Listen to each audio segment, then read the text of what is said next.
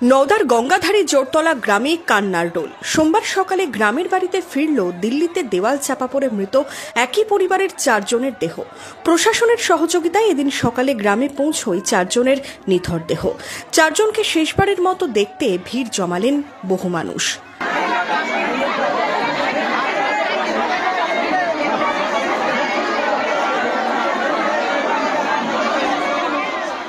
গত শনিবারে দিল্লিতে যে দুর্ঘটনা ঘটেছিল, দুর্ঘটনার কবলে পড়ে গঙ্গাধারী 4 জন দেওয়াল চাপা পড়ে মারা গিয়েছিল, তাদের বডি আজকে বাড়িতে ফিরলো। প্রিয় সাংসদ আবু তাহের খান দিল্লিতে ছিলেন এবং পুরো তদারকি করে তার তৎপরতায় দেহ আজকে বাড়িতে ফিরলো। পোস্টমর্টম হওয়ার পরে বাড়িতে ফিরলো। 3টে ফ্লাইট ছিল, তো সমস্ত ব্যবস্থা মানবিক মুখ্যমন্ত্রী আমাদের সরকার করে দিয়েছিলেন। ঘটেছিল এরা পরিযায়ী শ্রমিক বাইরে কাজে গেছিল, ওখানে কি দেওয়াল চাপা পড়ে এরা মারা গেছিল। এরা 6 জন কাজে গেছিল, 6 জনের মধ্যে 4 জন মারা গেছে, 2 জন বেঁচে আছে, একজন অসুস্থ, ওনার মাজাতে লেগেছে, দিয়ে ওনার এখন গুরুত্বপূর্ণ আহত হয়েছে। ওনার 4 জন মধ্যে 2 ভাইয়ের পরিবার, বড় ভাইয়ের মেয়ে আর বড় ভাই মারা গেছে, আর ছোট ভাইয়ের স্ত্রী আর মেয়ে মারা গেছে। গত শনিবার সকালে দিল্লির হরিনগরে একটি দেওয়াল ধসে চাপা পড়ে মৃত্যু হয় 7 জনের।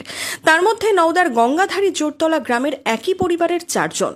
নিহতদের মধ্যে রয়েছেন নওদার গঙ্গাধারী জোরতলা গ্রামের বাসিন্দা রবিউল মণ্ডল, রুকসোনা খাতুন, রুবিনা বিবি, হাসিনা খাতুন। এই দুর্ঘটনায় আহত অবস্থায় হাসপাতালে চিকিৎসাধীন ওই পরিবারেরই হাসিবুল মণ্ডল। রবিবার 4 জনের দেহ ময়নাতদন্তের পর বাড়ির উদ্দেশ্যে রওনা দেয়। তারপরে আমি ভাত চাপি দিয়ে বাইরে আসতে আমার স্বামী গিয়ে ঘরে বসলো, আর অমনি সব পড়ে গেল হরাম করে গো। এদিন নওদার বিডিও দেবাশিস সরকার ও পুলিশ প্রশাসনের আধিকারিকদের উপস্থিতিতে গ্রামে ফেরে দেহ। ক্ষতিগ্রস্ত পরিবারের পাশে থাকার আশ্বাস দিয়েছেন বিডিও। এটা মর্মান্তিক ঘটনা, ওটা একটা দুটো পরিবারের মোটামুটি সবই শেষ হয়ে গেল। প্রশাসন সবসময় পাশে ছিল, আছে এবং থাকবে।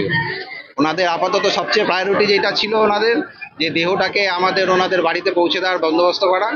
আমাদের সকলের সহযোগিতায় এবং আমাদের রাজ্য প্রশাসনের সর্বোচ্চ স্তরের নির্দেশনা এবং গাইড অনুসারে আমরা সেই বাড়ির দেহটা ইমিডিয়েট ওনাদের বাড়িতে পৌঁছানোর ব্যবস্থা করতে পেরেছি।